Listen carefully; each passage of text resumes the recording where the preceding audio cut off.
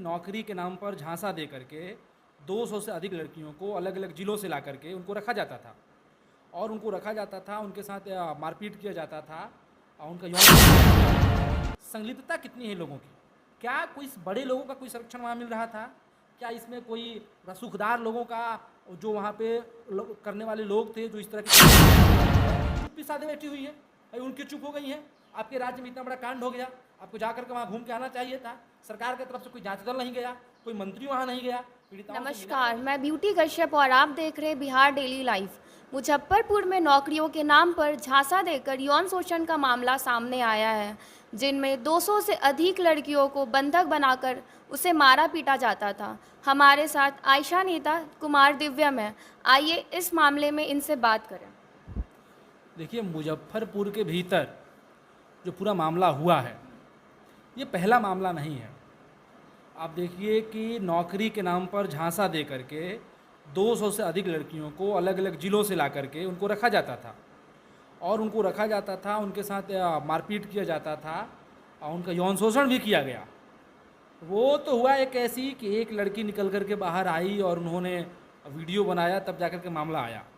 सबसे पहले तो वहाँ की जो प्रशासन है उसके ऊपर कार्रवाई करनी चाहिए कि किसी के प्रशासनिक क्षेत्र में, वहाँ का जो लोकल थाना है, इतना बड़ा एक्सटॉर्शन का पूरा मामला चल रहा है, इस तरह की घटनाएं हो रही हैं और उस पर कोई पुलिस को पता भी नहीं है और कोई कार्रवाई नहीं है।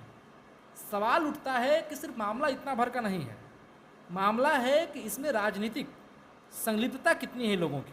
क्या कोई बड़े लोगों का कोई संरक्षण वहाँ मिल रहा था? क्या इसमें कोई रसूखदार लोगों का जो वहाँ पे करने वाले लोग थे जो इस तरह की चिट फंड की कंपनियाँ चला रहे थे, वैसे लोगों को किसी सपोर्ट मिल रहा था? क्यों?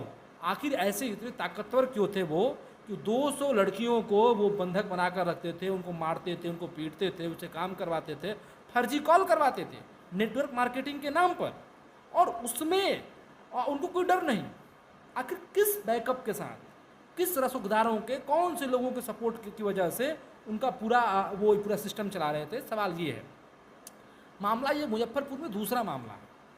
मामला इसमें यह है कि वहाँ पे इसके पहले जो कांड हुआ था वो भी कि छोटे छोटे बच्चियों के साथ पूरा एक शेल्टर होम जो था लड़कियों का, जहाँ पे नाबालिग लड़कियाँ और बच्चियों को रखा जाता था, उनका इस्तेमाल किया गया, उनका यौन शोषण किया गया।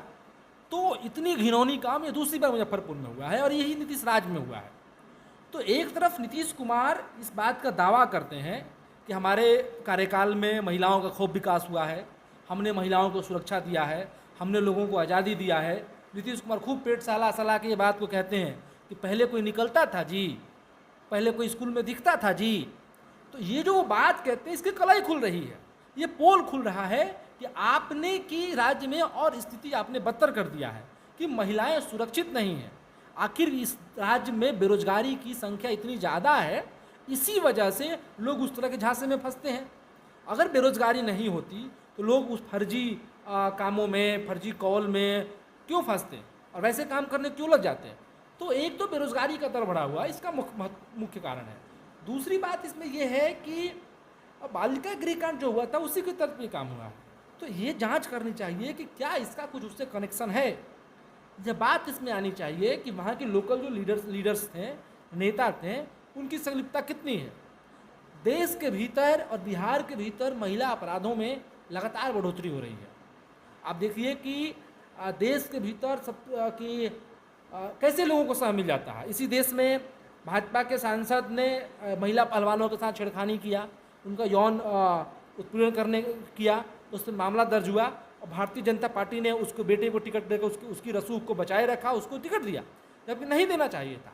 तो इन सब चीज़ों से लोगों का मनोबल बढ़ता है और इसी मनोबल के बढ़ने की वजह से या आपका मुजफ्फरपुर में जो पूरा नेटवर्क मार्केटिंग के नाम पर लोगों को, लड़कियों को रखा गया था, महिलाओं को रखा गया था, उनको सह मिलता है। तो इन पूरे मामले की उच्च स्तरीय जाँच होनी चाहिए। वहाँ के जो पुलिस अधिकारी हैं उन पर उनकी कार्रवाई हो, उनको सस्पेंड किया जाए, लेकिन एसपी से संज्ञान लिया जाए कि बिहार सरकार का इंटेलिजेंस क्या कर रहा था, उस डिस्ट्रिक्ट पुलिस का इंटेलिजेंस क्या कर रहा था, आईबी क्या कर रही थी, आप कहाँ व्यस्त थे कि आपको यह बात पता चल जाती है कि किसके भाषण से देश के भीतर यूएपीए लगा देते हैं कि दंगा फैल सकता है। तो इतना बड़ा पुलिस के नाक के नीचे चीज़ें हो रही हैं और देश का आईबी को नहीं पता है, तो किस लिए इतना आईबी और इंटेलिजेंस पर पैसा खर्चा किया जा रहा है। तो इन सवालों पे नीतीश कुमार को जिम्मेदारी लेनी चाहिए। नीतीश कुमार का कोई बयान नहीं आया है, उनको प्रेस कॉन्फ्रेंस करके उस पूरा अपनी स्थिति स्पष्ट करनी चाहिए थी, बिहार के मुख्यमंत्रियों की स्थिति स्पष्ट करनी चाहिए थी। तो इस पर बोलने के बजाय और वो जेडीयू के भीतर जो महिला नेत्रियाँ हैं वो चुप्पी साधे बैठी हुई है, उनकी चुप हो गई हैं। आपके राज्य में इतना बड़ा कांड हो गया, आपको जा करके वहाँ घूम के आना चाहिए था। सरकार की तरफ से कोई जांच दल नहीं गया, कोई मंत्री वहाँ नहीं गया, पीड़िताओं से मिला नहीं। तो वो जो पीड़िता थी उनको चिन्हित भी करें, उनको मुआवजा भी दिया जाए। तो ये तमाम बातें हैं। और महिला सुरक्षा को लेकर के बिहार के भीतर एक नई किस्म की रणनीति, एक नया प्रावधान और उसमें थोड़ा सा स्पीड अप करने की ज़रूरत है, वरना लगातार घटना हो रही है। इसके पहले अभी आपको देखिएगा कि औरंगाबाद में श्रेया नाम की छात्रा की हत्या हो गई है। इसके पहले कई सारी घटनाएं हुई थी। तो इस तरह की जो लगातार चीज़ें हो रही हैं ये काफ़ी चिंताजनक है और सरकार को इस पर सोचना। Hey there. Subscribe to my channel. And also press this bell icon.